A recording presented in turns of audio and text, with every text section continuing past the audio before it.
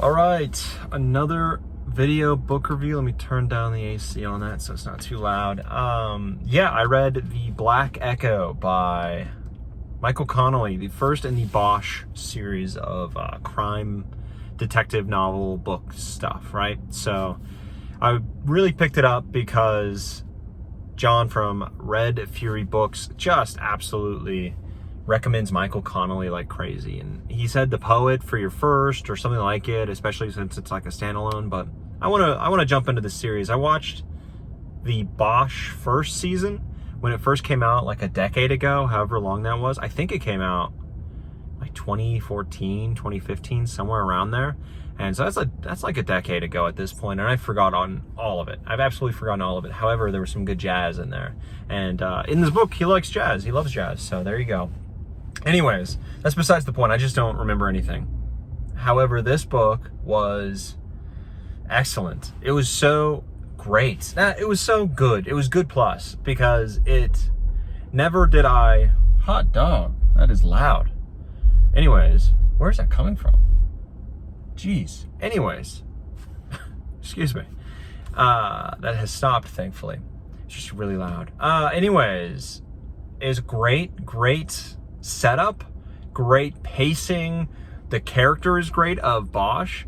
He's a Vietnam War veteran who, he's not just a blanket statement Vietnam War veteran. There is a very specific part of the war that he was a part of, very specific role, and you know clearly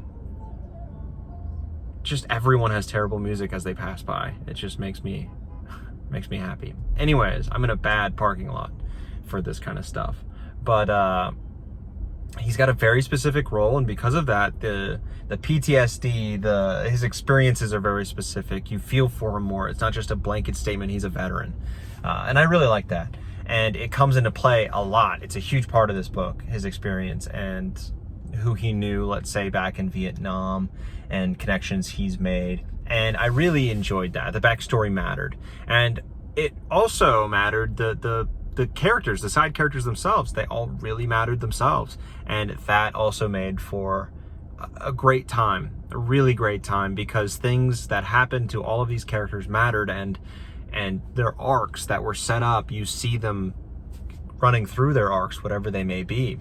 And yeah, it was really great. And a really great part of this book as well was with the pacing.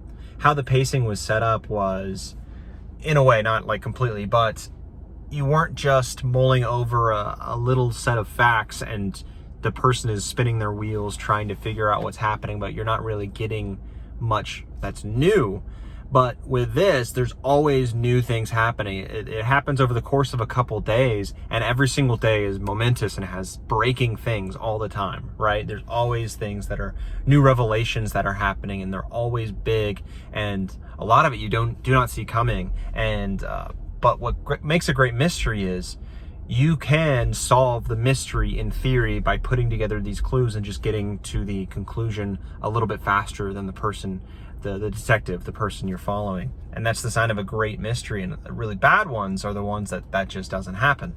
For instance, a movie that maybe people have seen is, what is it, Glass Onion, the second of those murder mystery Netflix movies,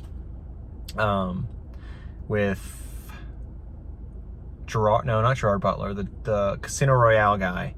Anyways, it is a mystery on who done it, who killed this person, and then there is a revelation like 75% through the movie, and something happens that really matters and changes everything, but you would have no idea. You don't have there is no clues that lets you know that this is the case. There are no, there is nothing that would let you know that this thing that changes everything is happening, and therefore everything before that really doesn't matter. Like, it does not make sense and does not matter at all, and that's a really big letdown. And if you watch that movie, and that's what happened to me, I watched it, and when it came out, finished it, and I thought, that wasn't that good, and I don't really know why. And then reading up on reviews from people that I listen to, and they mentioned that, and I was like, oh my God, that is terrible.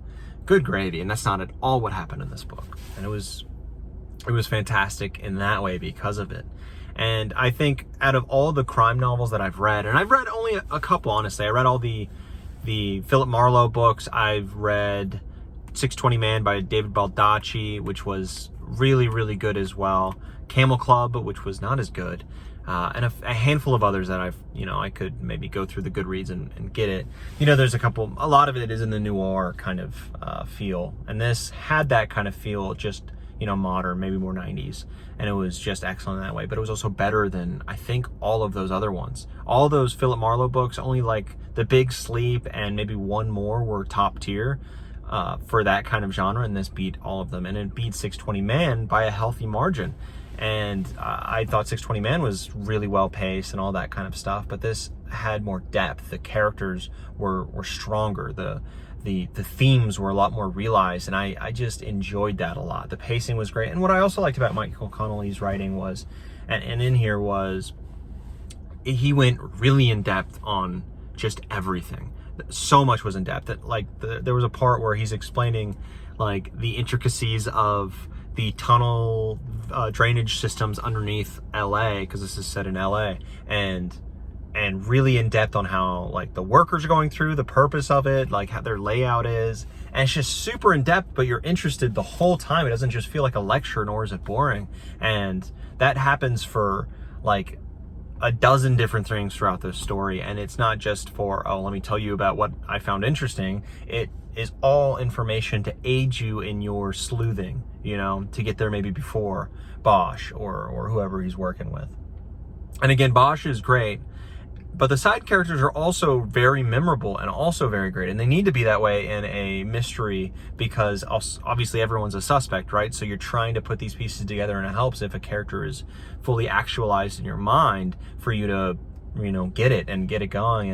And I'm one of those readers who, I'm not trying to guess what happened before it happens, nor am I capable a lot of times. And so I'm along for the ride. I'm going to be honest. I'm just along for the ride. Take your twists, take your turns. I'm going to be there for it. And I'm going to ooh and ah when it happens. Really, that's how it goes. But for this, I was able to just get it right before, because and I think he wanted you, Michael Connelly really wanted you to get there before Bosch and to have that sinking feeling, which I did. And it worked really fantastically.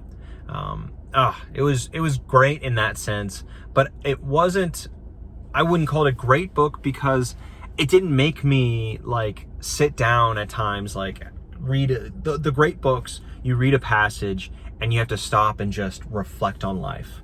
I mentioned that before, but it really, that's what happens with me with great books. And they don't need to be as like, this is such a perfectly paced book.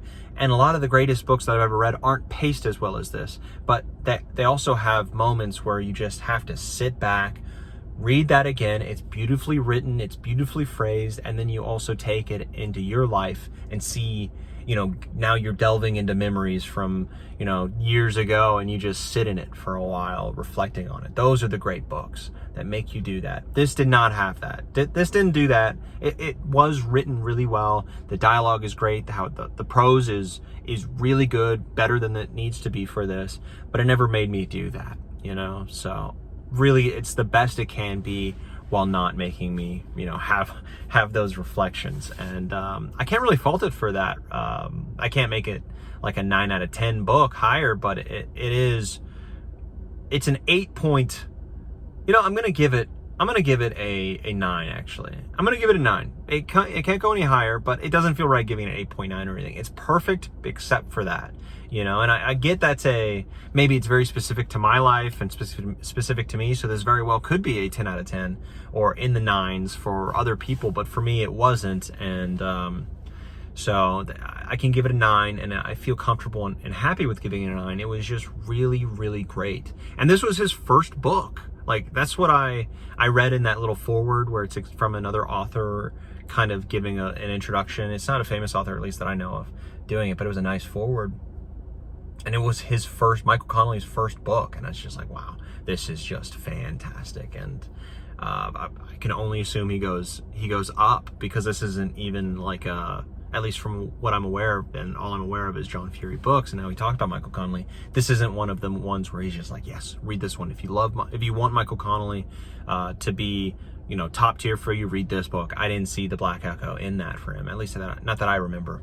But it was great, and I really plan on reading more of those. And I'm getting all of these from my local library, so it's all free, and I love that because, you know,